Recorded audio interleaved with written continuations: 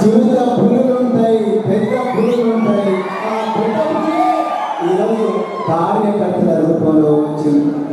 మీరు మీ స్వార్థాన్ని చూసుకొని మీ స్వప్రయోజనాల కోసం అవకాశవాదులుగా మారి, వెన్నుపోటుదారులుగా మారి, బయటికి పోయి తల్లి లాంటి పార్టీ మీద రాలేస్తే మేము కొలమ సింహాలం అవుతాం, పెద్ద పులులం అవుతాం బిడ్డ అని చెప్పి అచ్చంపేటలో కార్యకర్తలందరూ నిలదీస్తున్నారు.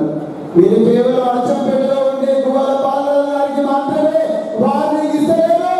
మొత్తం తెలంగాణలో ఎవరైతే గోడ మీద పిల్లలు ఇప్పటికి కూడా గోతికాడలా కూర్చున్నారో వాళ్ళందరినీ కూడా అచ్చంపేట ఒక దిక్సూచిగా మారింది అనుకుంటున్నారు.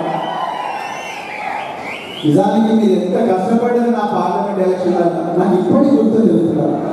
మధ్యమడుగుల పదల వంకేశ్వరుల లింగాల బల్మూరుల లింగాల అయితే రాత్రి కాంగ్రెస్ వాళ్ళ వచ్చి కొట్టడానికి పోతే బీఆర్ఎస్ కార్యకర్తలు తమ చేతులనే ఆయుధాలుగా మార్చి కాంగ్రెస్ దుర్మార్గులకు అడ్డపడ్డ రోజులు కూడా నాకు గుర్తున్నాయి.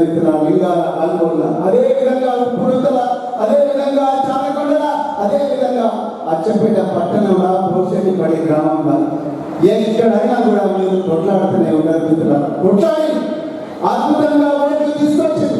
కానీ ఓటమితోనే కుంగిపోతే ఎట్లా బాలరాజు గారు నాకైతే అర్థం కాదు. ఆయన వీడియోలన్నీ చూసిన ఆయన ఇంటర్వ్యూలో చెప్తున్నారు. ఒక కార్యకర్త అయితే నిన్ను కాదు మన ఒక మీటింగ్ కొడితే కార్యకర్త రెండు చేతులు జోడించి, సార్ 2007 సంవత్సరం నుంచి మీతోనే తిరుగుతున్నారు, దయచేసి పోకండి సార్, బీఆర్ఎస్ పార్టీ గెలవబోతున్నది, మీరు ఎందుకు పోతున్నారు సార్ అంటే ఆయన గుండె కరగలేదు. ఎక్కడ పోయినాడు ఆయన? బీజేపీ అధ్యక్షుడు రామచంద్రరావు దగ్గరికి పోయాడు.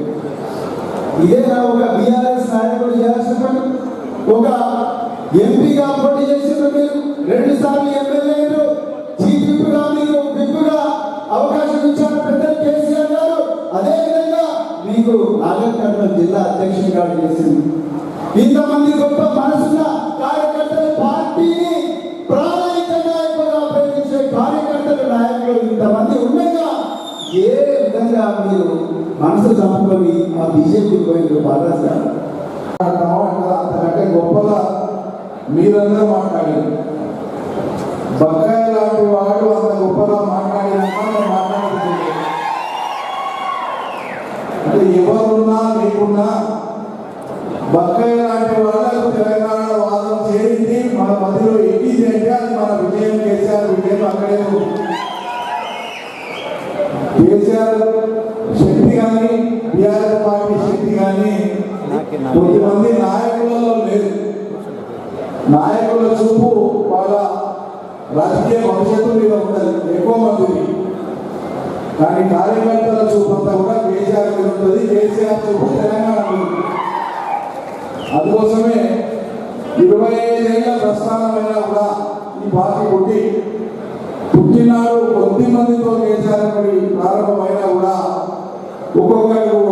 ఒక్కొక్కరు వేసుకుంటా ఇక్కడ వేదిక మీద ఉన్న అందరూ కానీ మీరు కానీ ఉమ్మడి జిల్లాలో ఉండేటువంటి చాలా మంది కానీ ఎప్పుడో తెలంగాణ వస్తుందో ఎప్పుడు అధికారం వస్తుందో తెలియకుండానే మనం ఒక ప్రస్థానం మొదలుపెట్టినాం. విజయవంతంగా మొదలుపోయాం.